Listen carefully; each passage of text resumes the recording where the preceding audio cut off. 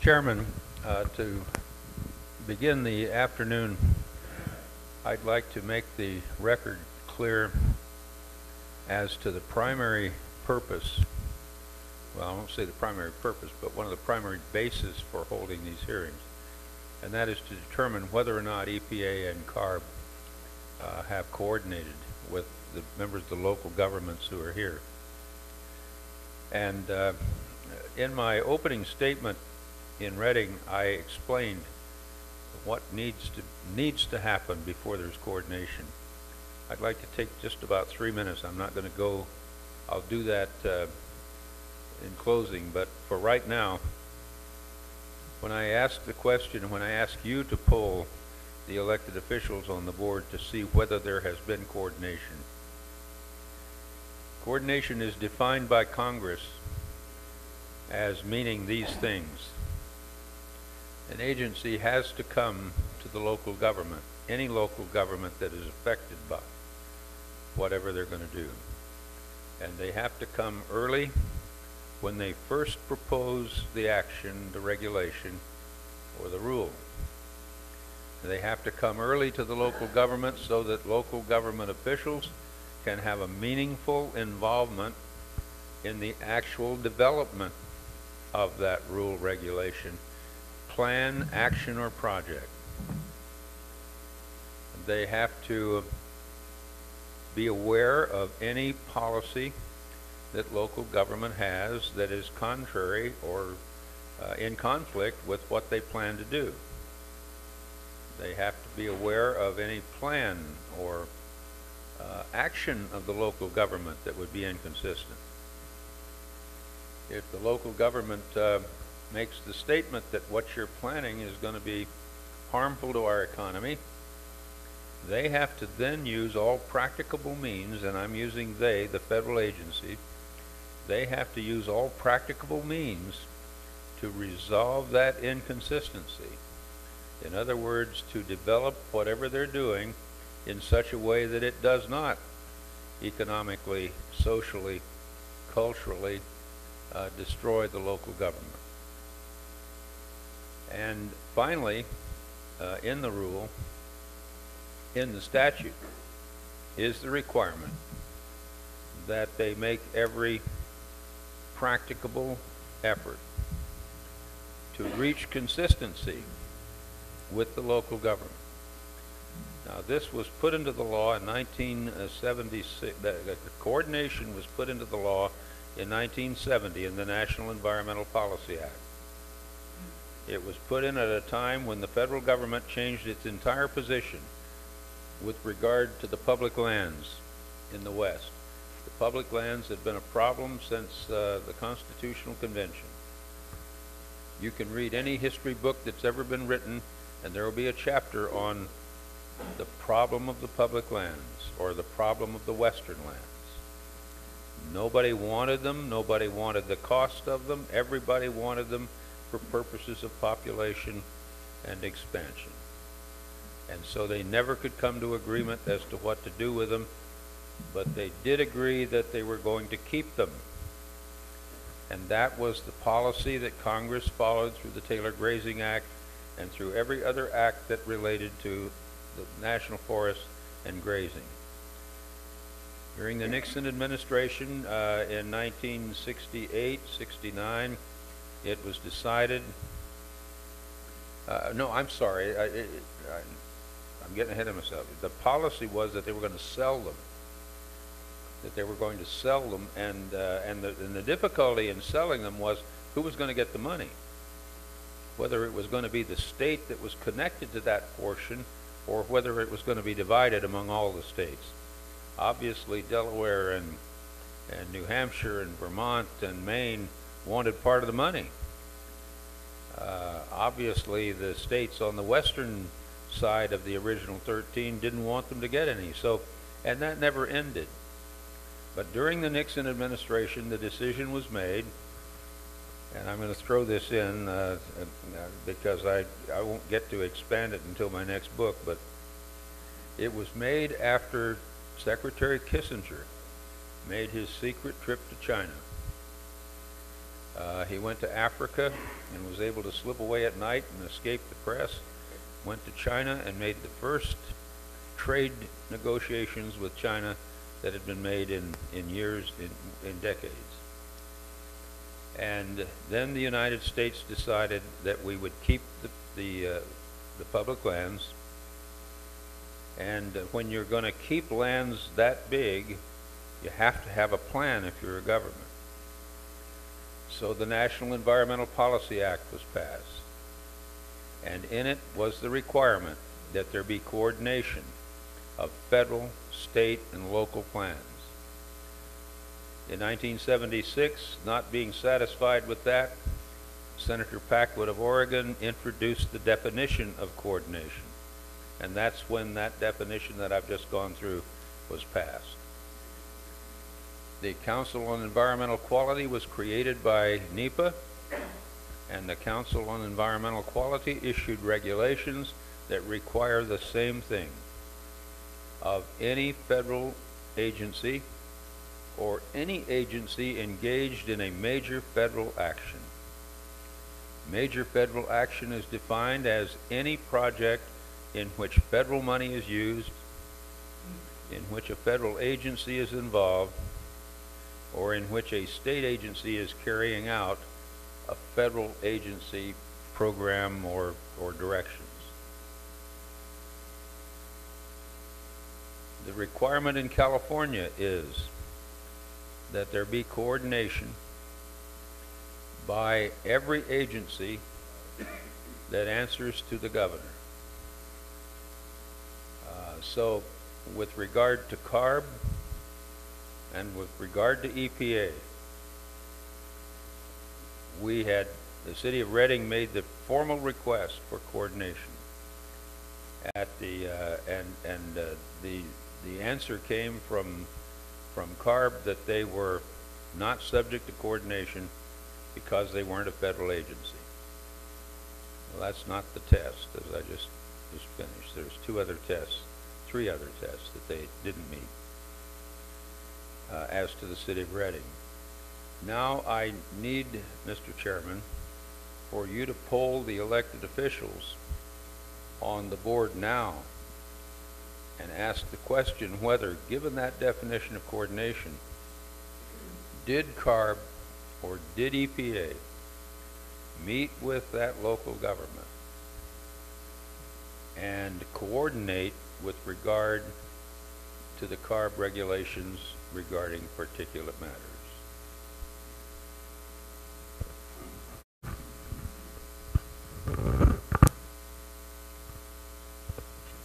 Well, Vice Mayor Curtis Hunt, City of Vacaville. We actually, Chuck and I talked during lunch, and I'm glad to hear that this is the direction we're going to take. When I heard the word hearing officer, it implies sort of an impartial, listening to the evidence, listening to the sides, and then making a decision. And I'm going to spend just a minute recapping what we talked about this morning and then bringing it to what I think might resolve those as it relates to the evidence that you just talked about. We had a very passionate and entertaining presentation from Dr. Dunn about the adequacy and the effectiveness of the research, the methods of the science, and the application of a fair analysis.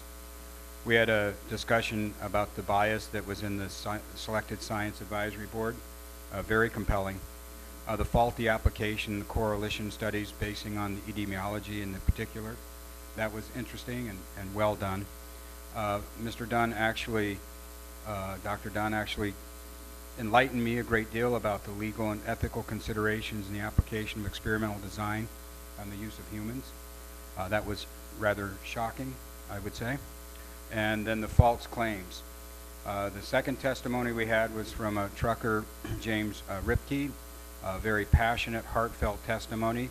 And at the end of that, I came away with the unfair treatment of individuals, poorly administrated programs. The next testimony was from Dr. Estrom, and showed us a clip of democracy in Nazi Germany and historical and biblical perspectives. And the conclusion I came away with was that the science is somewhat overstated and that there's no valid science. And the air quality relationship to cancer prevention in EPA is overestimated. Finally, our last testimony this morning before we broke for lunch was from a testing operation, Mike Hamilton, and he did an adequate job of talking about admissions, and the conclusion I came from that was that the procedures for testing need to be similar to smog procedures. Fix it, test it, or get rid of it. However, what was missing in this morning's testimony for me, as it relates to my purpose as a hearing officer in this, as it was described to me, is did CARB and EPA violate the law because of lack of local coordination prior to implementation? That was what was presented to me. So what evidence that I would consider in my old job as a hearing officer, if I was really doing that like I used to, would be we've reviewed all the city council resolutions, and there's absolutely no evidence of any approvals of C.A.R.B from any councils. We've reviewed council's directives to city managers and administrators. There's no evidence of a regional planning coordinated committee prior to this. We reviewed public hearings as it relates to this, and there's been no evidence that there was community-wide public hearings as it relates to C.A.R.B, sorry. C.A.R.B was the other job too. We've looked at minutes from the Board of Supervisors and agendas to see whether or not there was presentations during the open comment.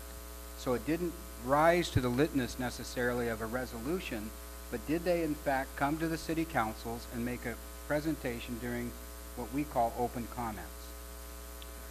We reviewed newspaper announcements to meet and discuss for their informational meetings as it relates to the implementation of CARB standards. There was none of those. Finally, we surveyed households to see if there was informational mailers. We'll let you know CARB's coming to town. Here's what they're going to do. There was none of those. We've looked through cities, and we've determined that there's no joint power agreements with CARB. So there's nothing that is operationally functional as it relates to CARB. So there's not like they come in and help us with environmental training. So there's no joint power agreements. There's no JPAs with CARB. We've also looked at the fact that there's been no efforts at working with elected officials. First I heard of CARB and this was this meeting today and maybe a couple days ago when I agreed to serve on this board. I looked at, and this is what I'd need evidence for. I mean, I'm just saying these are the things that I would look at if I were really a hearing officer. Is there any official MOUs between the agencies and CARB that actually talks about shared resources? That's a coordination level that I think is significant. When you start sharing resources, that's above just, hey, I think we're all going to get along. We're actually going to put some skin in the game and share the resources. I have just two more things and I'll shut up. Were there presentations of CARB to perhaps the Chamber of Commerce to talk about the economic conditions of CARB and the economic consequences? That might be a logical way to see whether there was coordination with the Chamber. I would expect to see a testimony saying, no, the Chamber was never involved with CARB development of the CARB rules at all. And finally, this is the last question. Did CARB at any point hire an economist to perform an analysis of the impacts and present evidence to the cities and locally elected officials and data before implementation? In Vacaville, and I know my good friend Chuck, and he didn't say, but we worked together for 30 years, so we know each other before we got elected. I'm just glad I didn't have to run against him because that would have been bad. But, you know, I think in Vacaville and Fairfield both, we make decisions based on economic consequences. Did CARB come to us and say, if we implement this, here's some impacts it'll have on your local taxation, your local abilities to tax, and your local collecting of revenues, business development? And from my perspective as an elected official, I've been on city council since 2007. And prior to that, though, I was involved in government, and prior to that, I was a community services commissioner. And at no point did I ever have anybody come to me and talk about any of those issues, is that I would consider those evidentially, you know, we're talking about evidence. Those are evidence that CARB did a coordination. And without those, you don't have evidence that CARB did.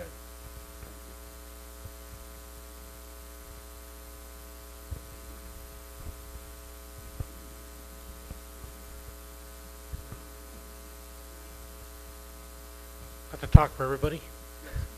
what he said.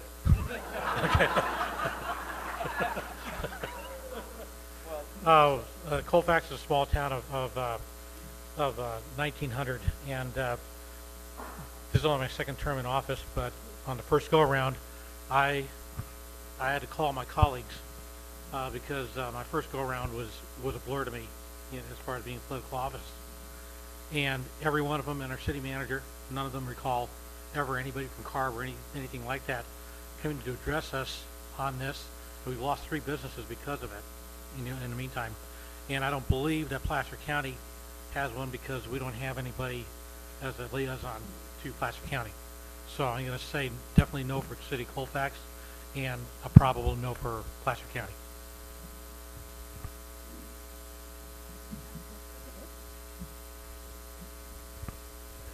Thank you again. Chuck Tim from the City of Fairfield. I was been on the council since '07 from 11, then was off from 11 to 13. However, I sat on as a director for the Chamber of Commerce and was involved in other ancillary things with the government, and currently I'm back on the council. To my knowledge, we have never, ever had CARB discussions other than we have to spend money to replace 2 fire trucks. We had to spend money to replace public works vehicles because it was more expensive in the long run to put on the filters rather than just to dump the vehicles and go with new. So from '07 to present, we've never had that discussion. And Mr. Chairman, from the standpoint of the statute, and I don't think I'll ever again waive that opening statement. I did today because we had to accommodate Drs. Dunn in timing, but in the opening statement, as you recall in Reading, I went through very carefully all the statutory and regulatory requirements. Coordination can only be effected government to government.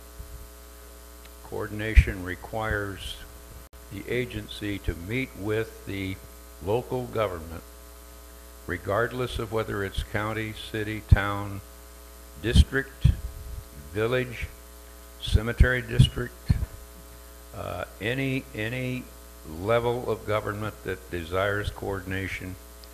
But the obligation is not on the district, it's not on the local government to call for it. The statute says shall, the agency shall coordinate with local government. And so all these other meetings that they may come to, or public comment periods, or meeting with the chamber and so on, that's not what Congress ordered.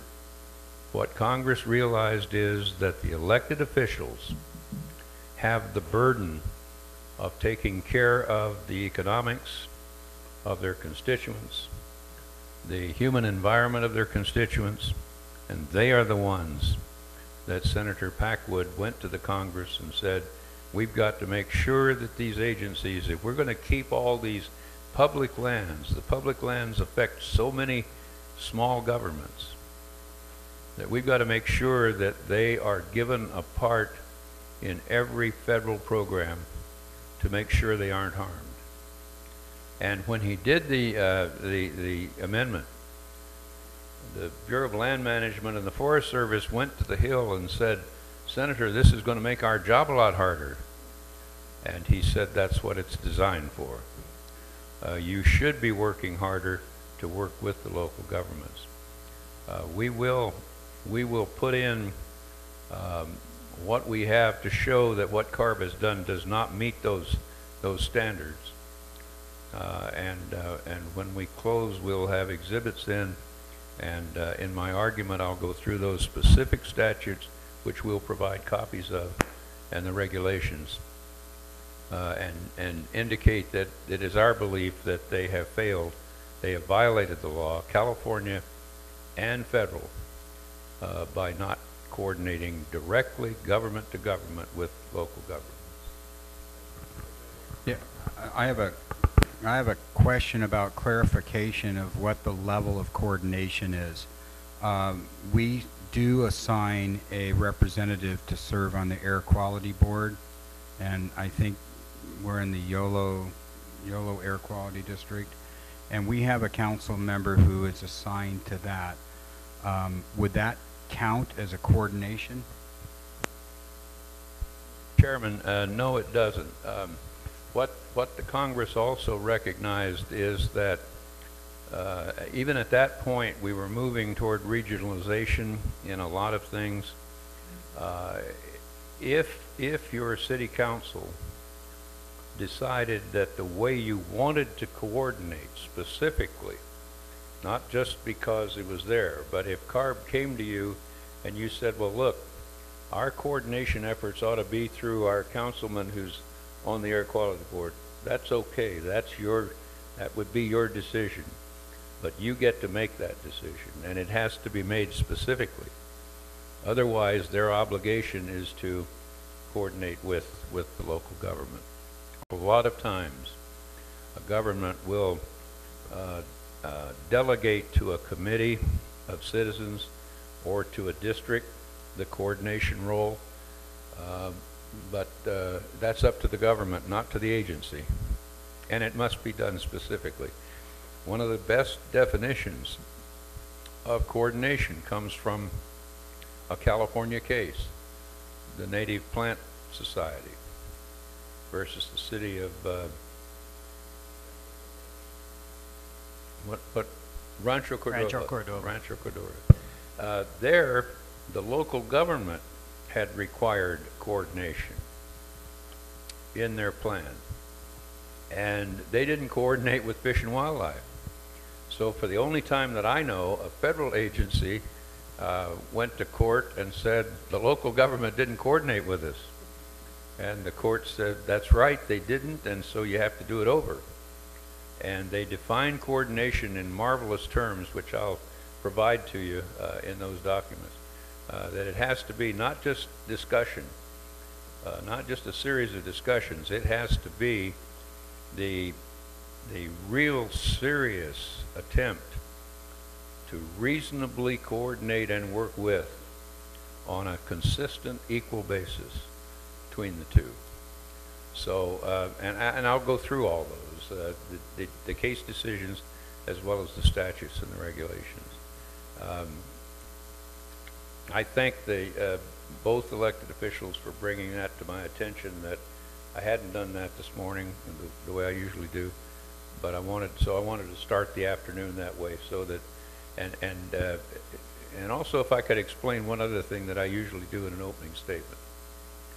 The reason that we produce evidence as to the other issues is that coordination allows you to get into court because it gives you standing to get in there. Whether you're harmed individually by what CARB has done or EPA has done or not, you get into court because they didn't coordinate. The rest of the evidence we take in as a record of the kinds of issues that could have been coordinated had they come to the local government. They could have been with you talking about all these things. And that's why we go through the evidence as to the other issues. So that when we get there, we've got the record for the court, and that's why we video it. That's why we have a transcript, because we don't have to retry those issues. Then they're there, and they're the kind of things that